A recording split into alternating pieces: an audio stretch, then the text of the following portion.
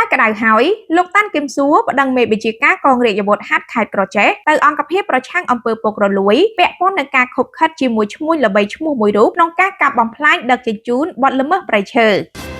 លោកតាន់គឹមសួរប្រធានសមាគមយុវជនស្រឡាញ់ធម្មជាតិបានសម្រេចប្តឹងលោកឧត្តមសេនីយ៍ត្រីសាក់សារ៉ាងមេបញ្ជាការនៃបញ្ជាការដ្ឋានកងរាជអាវុធហត្ថខេត្តក្រចេះទៅកាន់លោកកតេនីតេកោសលបណ្ឌិតអោមយន្តទៀងទេសរដ្ឋមន្ត្រីនិងជាប្រធានអង្គភាពប្រឆាំងអំពើពុករលួយដោយបានប្តឹងចោទប្រកាន់មេបញ្ជាការកងរាជអាវុធហត្ថខេត្តក្រចេះថាបានខົບខិតជាមួយឈ្មោះល្បីឈ្មោះមួយរូបឈ្មោះហាចក្នុងការកាប់បំផ្លាញដឹកជញ្ជូនបទល្មើសព្រៃឈើយោងតាមពាក្យបណ្ដឹងដែលអង្គភាពយើងបានទទួលគឺលោកតាន់គឹមសួរប្តឹងមេបញ្ជាការកងរាជអាវុធហត្ថខេត្តក្រចេះទៅអង្គភាពប្រឆាំងអំពើពុករលួយតាំងតែពីអំឡុងខែឧសភាមកម្លេះប៉ុន្តែពាក្យបណ្ដឹងទើបនឹងត្រូវបានបង្ហោះកាលពីប្រលប់ថ្ងៃទី26ខែវិច្ឆិកាឆ្នាំ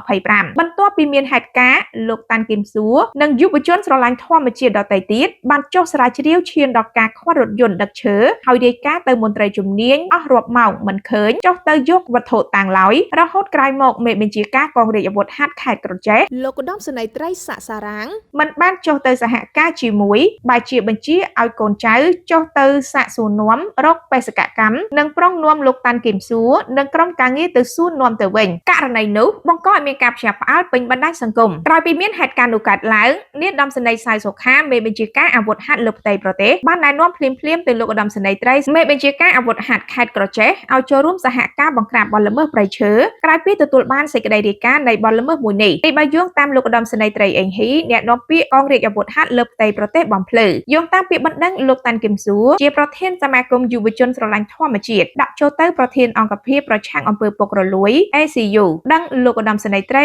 មេបញ្ជាការនៃបញ្ជាការដ្ឋានកងរាជអាវុធហត្ថខេត្តក្រចេះដែលមានការទំនាក់ទំនងជាមួយមេឈ្មួញឈើដល់ល្បីឈ្មោះម្នាក់មូហាចស្ថិតនៅឃុំហាន់ជ័យស្រុកឆ្លងខេត្តក្រចេះក្នុងការចរាចរផលអនុផលព្រៃឈើខុសច្បាប់និងឈានឆ្ពោះទៅមានវិធានការតាមផ្លូវច្បាប់ក្នុងពាក្យបណ្ដឹងបានរៀបរាប់ថាពួកយើងគឺជាយុវជនដែលស្រឡាញ់និងតែងតែបង្ហាញការខ្វាយខ្វល់ចំពោះសម្បត្តិធនធានធម្មជាតិជាពិសេសផ្ដោតខ្លាំងទៅលើសម្បត្តិធនធានធម្មជាតិនៅតំបន់ដែនជម្រកសត្វព្រៃភ្នំឱរ៉ាល់ខេត្តកំពង់ស្ពឺខេត្តកំពង់ឆ្នាំងនិងខេត្តពោធិ៍សាត់កន្លងមកពួកយើងបានចូលរួមយ៉ាងសកម្មជាមួយរដ្ឋាភិបាលជាពិសេសក្រសួងបរិស្ថានក្នុងសកម្មភាពដាំស្ដារព្រៃឈើឡើងវិញនិងទប់ស្កាត់ការកាប់បំផ្លាញព្រៃឈើបន្តដោយហេតុថានៅថ្ងៃទី13ខែឧសភាឆ្នាំ2025ក្រុមការងាររបស់សមាគមយើងខ្ញុំបានចុះទៅស៊ើបអង្កេតនៅទីតាំងមួយកន្លែងដែលស្ថិតនៅឃុំហាន់ជ័យស្រុកឆ្លងខេត្តក្រចេះត្រាប់តែប្រទះឃើញមានការលួចលាក់ស្តុកឈើខុសច្បាប់ជាច្រើនរបស់មេឈ្មួញឈើដុសស្លាយល្បីឈ្មោះម្នាក់ឈ្មោះហាចក្រោយពីធ្វើការសាកសួរអំពីករណីលួចលាក់ស្តុកទុក